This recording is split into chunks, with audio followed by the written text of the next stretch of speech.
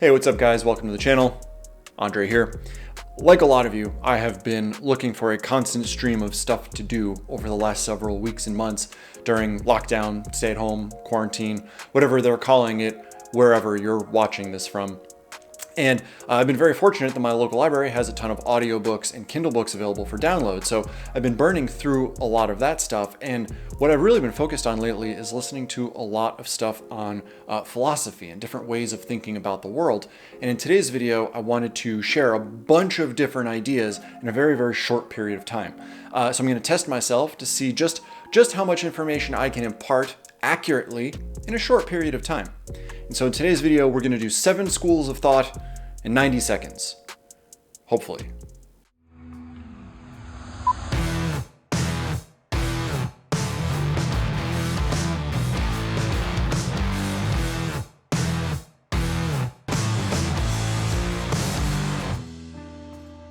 I'm going to unlock the old stopwatch. And here we go. First up is Taoism. And Taoism originated in ancient China, and the Tao, or the way, is the central concept. And basically all it says is that life has a flow to it. And if you can integrate that idea of flow into your approach to living, ultimately you can make that flow work for you by not fighting it, but going with it. Next up is Zen. Zen is a subset of Buddhism that originated in Japan and emphasizes building an understanding of the world through contemplation and examination, usually through meditation. As you build a greater understanding through Zen practices, suddenly you become more able to understand the ebbs and flows that are described in Taoism.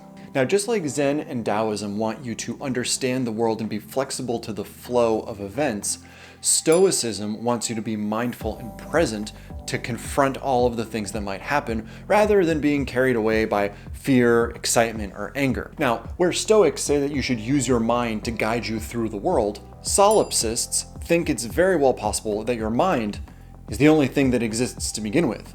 There's no concrete proof that anything else is really there because everything you encounter, you process through your mind.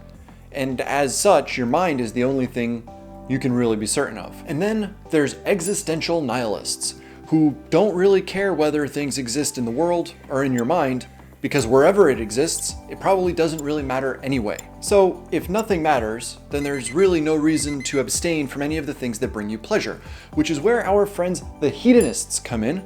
Hedonists think that all spiritual well-being is derived from pleasure, and so you should seek it out wherever you can because feeling good is the way to enlightenment. And finally, to close us out, are the ascetics, who are basically the anti-hedonists. Ascetics avoid pleasure and try to take on pain and burden as a means of proving their loyalty to their divinity and purifying themselves in advance of proceeding to whatever the next stage of existence happens to be. What's interesting about asceticism is that it shows up in virtually every major religion across the world and throughout history. There will always be people waiting to tell you to stop doing the thing that you like. Okay, there it is. That was 7 schools of thought, 7 types of philosophy in...